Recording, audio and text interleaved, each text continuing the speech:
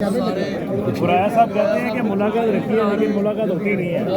سب سے زیادہ یار ٹینشن نہ لایا تو اپنا کام کر.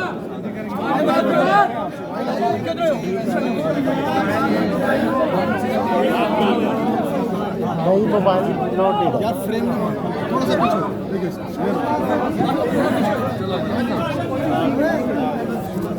یہ بچے کو نکالو.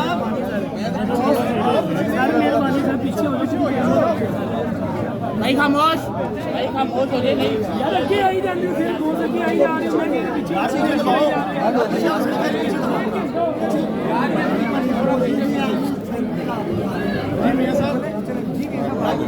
کاظمی تھوڑا موبائل پیچھے رکھ.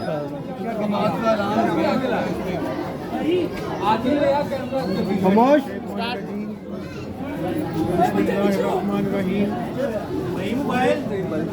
بھائی یار پیچھے ہو گیا آپ کی مہربانی. پچھلے 2 دنوں میں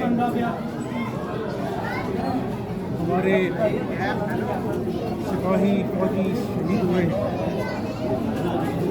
14 شہید ہوئے. آج میاں والی میں حملہ ہوا جو کہ ناکام بنا دیا گیا. میں ہمیشہ کہتا ہوں کہ یہ جو رائے حق کے سپاہی ہیں کہ ملک و قوم کے لیے اپنی جانوں کے نذرانے پیش کرتے ہیں, ہم سکون کی نیند سوتے ہیں. تو میری ان شہیدوں کے لیے دعا ہے کہ اللہ تعالیٰ ان کو جنت الفردوس میں جگہ عطا فرمائے. اور میں ہمیشہ یہ کہتا ہوں کہ ان ماؤں کو, ان بچوں کو, ان والدین کو میں دل کی عطا گہرائیوں سے ان کی عظمت کو سلام پیش کرتا ہوں جو شہید کے پیچھے اپنے بچوں کو یاد کرتے.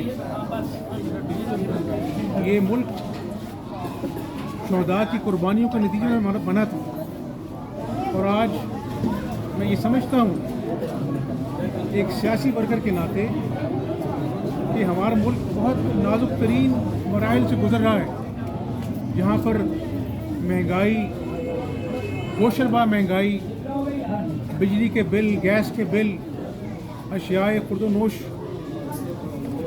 کی چیزیں آسمان سے باتیں کر رہی ہے. معیشت ذب و حالی کا شکار ہے اور اس پر یہ دہشت گردی جو ہے یہ انتہائی تشویشناک مرحلہ ہے پاکستان کے لیے. لیکن پاکستانی قوم نے ہمیشہ, چاہے وہ سیلاب ہوں, چاہے وہ دہشت گردی ہو, ہم نے مقابلہ کیا ہے حالات کا. جس طرح ضرب العزم اور رد الفساد میں ہماری افواج پاکستان نے اس ملک کو امن کا گہوارہ بنایا اور مجھے اب بھی یقین کامل ہے, اللہ تعالیٰ پر بھروسہ ہے کہ انشاءاللہ پاکستان امن کا گہوارہ بنے گا اور انشاءاللہ محمد نواز شریف کی قیادت میں دوبارہ سے معیشت کو ٹھیک کریں گے, ملک کے حالات کو ٹھیک کریں گے, دن رات محنت کریں گے اور آج جو غریبوں کا جو مسئلہ ہے مہنگائی اور بے روزگاری اس کو اولین ترجیح دیں گے. یہ سر یہ بتائیے گا کہ آپ نے اپنے دورے حکومت میں جو غریبوں کے لیے پیکیجز متعارف کروائے تھے, کیا آئندہ بھی اگر آپ کی حکومت آتی ہے تو اس حوالے سے آپ کی کیا تیاری ہوگی, ریلیف کے حوالے سے کیا کہیں گے؟ میرا خیال ہے کہ ہم نے 200 ارب کی آٹے پہ سبسڈی دی تھی اور پورے پنجاب کی 12 کروڑ عوام کو جو ہے وہ آٹا سستے داموں دیا تھا. اللہ نے ہماری مدد کی اور آج میں پھر دوہرا دیتا ہوں کہ 100 یونٹ تک مفت بجلی کا پورا ہوم ورک ہو گیا تھا. میں نے پریس کانفرنس کی تھی اور چند دنوں میں لوگوں کو ہم وہ ریلیف دینے جا رہے تھے لیکن وہ پسند ناپسند کی نظر ہو گیا, اس کو روک دیا گیا.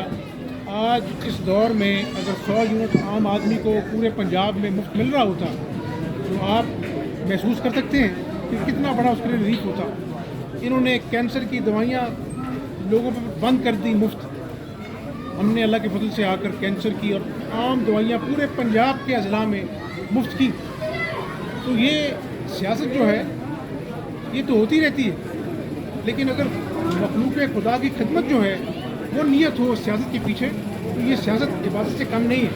इंशाअल्लाह अगर अल्लाह ताला ने दोबारा मौका दिया तो पाकिस्तान मुस्लिम लीग नून नवाज शरीफ साहब की क़यादत में लोगों को भरपूर रिलीफ देने के लिए पूरी काविश करेगी। हमजा भाई ये बताइएगा, हमजा भाई एक सवाल इधर से ले लें, ये बताइएगा सूरत हाल है आलमी दुनिया की, इसराइल बमबारी कर रहा है फ़लस्तीन के ऊपर और तकरीबन 9,000 के करीब शहीद हो चुके हैं, बच्चे, ख़वातीन और नौजवान।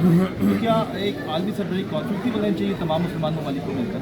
मेरा ख्याल है कि यहाँ पर खड़ा हुआ हर इंसान जो है वो फ़लस्तीन के वाक़यात को देखकर उसका दिल दुखता है और बड़े दिल खराश वाक़यात हैं जब छोटे छोटे बच्चों को, खून आलूदा बच्चों को, ज़ख्मी बच्चों को ले जाया जाता है।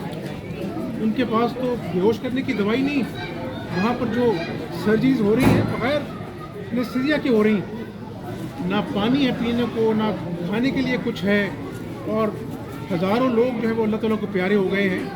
हर मुसलमान का फ़र्ज़ है, आप ममालिक की बात करते हैं, हर मुसलमान का फ़र्ज़ है कि ना सिर्फ इनकी मजम्मत करे बल्कि हमारी अखलाकी और अपना जो ज़िम्मेदारी है एक बतौर मुसलमान वो हम उनके साथ हैं। हमारे दिल फ़लस्तीनियों के साथ धड़कते हैं और पाकिस्तान ने पैगाम दिया है कि हम फ़लस्तीनियों के गम में उनके बराबर के शरीक हैं और ये जुल्म व बर्बरियत की जो दास्तान रकम की जा रही है इसको फिलफौर ख़त्म होना चाहिए, जंग बंदी का ऐलान होना चाहिए और तमाम ममालिक को जो इंसानियत का दर्द रखते हैं इसमें अपना फाल किरदार अदा करें। हमजा भाई ये बताइएगा कि इसमें मुस्लिम लीग नून क्या लाइन लेने जा रही है कि कम से कम जो सियासत में बढ़ती हुई नफरत है उसको ख़त्म किया जा सके? मेरा ख्याल है कि वक्त की ज़रूरत है, तमाम सियासी जमातों को एक एजेंडे पे मुत्तहिद होना चाहिए और मैं हमेशा कहता हूँ कि ये जो मईशत की गाड़ी रुक चुकी है इसको चलाने में सबको ज़ोर लगाना चाहिए, सब जमातों को ज़ोर लगाना चाहिए और 8 फरवरी के इंतखाबात के नतीजे में जो भी जमात बरसर इक़्तिदार आती है उसको एक एजेंडा, मुआशी एजेंडा पेश करना चाहिए और उस मुआशी एजेंडे को आइनी तहफ़्फ़ुज़ हासिल होना चाहिए कम से कम 10 साल का, ताकि एक मुआशी सिमत पाकिस्तान की मुतय्यन हो, इस्लाहात हो और मईशत जो है वो फले फूले, ताकि आम आदमी को जो है वो रिलीफ मिले। और आम आदमी को रिलीफ तभी मिल सकता है जब मईशत का पहिया चलेगा, सनतों की चिमनियाँ जो है वो धुआं उगलेंगी और नौजवानों को रोज़गार मिलेगा। हमजा साहब, मुस्लिम लीग दौर में रिकॉर्ड काम हुए थे पिछले अदवार में, क्या आइंदा भी अगर आपको मौका मिलता है तो वैसे ही तरक्याती काम जारी रहेंगे? मेरा ख्याल है कि आप ये देखें, मुल्तान से लाहौर मोटरवे, इस्लामाबाद से लाहौर मोटरवे, कराची सक्कर मोटरवे, हवेलियाँ मोटरवे, ये सब मुँह बोलता सबूत हैं कि जब जब भी मुश्किल तरीन मईशत के हालात हुए हैं मुस्लिम लीग नून ने काविश कर मेहनत की और मुल्क को दोबारा मईशत को दोबारा खड़ा किया। आपको मिसाल देता हूँ, क्या आप नहीं जानते कि इसी मुल्क में 16-16 घंटे की लोड शेडिंग होती थी? नवाज शरीफ की क़यादत में सब ने मिलकर काम किया और हमने 12,000 मेगावाट जो है वो नेशनल ग्रिड में पैदा की 5 साल दौर में। ये तमाम चीज़ें कौम के सामने हैं। मुस्लिम लीग नून का एक ट्रैक रिकॉर्ड है, जब हमने हुकूमत छोड़ी उस वक्त करीबन 6% ग्रोथ रेट था और हमें जो वैसे में जो ग्रोथ रेट मिला था वो तकरीबन 2 समथिंग था। तो मैं समझता हूँ कि अल्लाह के फजल व करम से मुस्लिम लीग नून का तजुर्बा है, एक ट्रैक रिकॉर्ड है, अल्लाह ने मौका दिया तो दोबारा इस मुल्क को कायद-ए-आज़म का खुशहाल पाकिस्तान बनाने के लिए पूरी काविश करें। हमजा भाई ये बताइएगा, ये आखिरी सवाल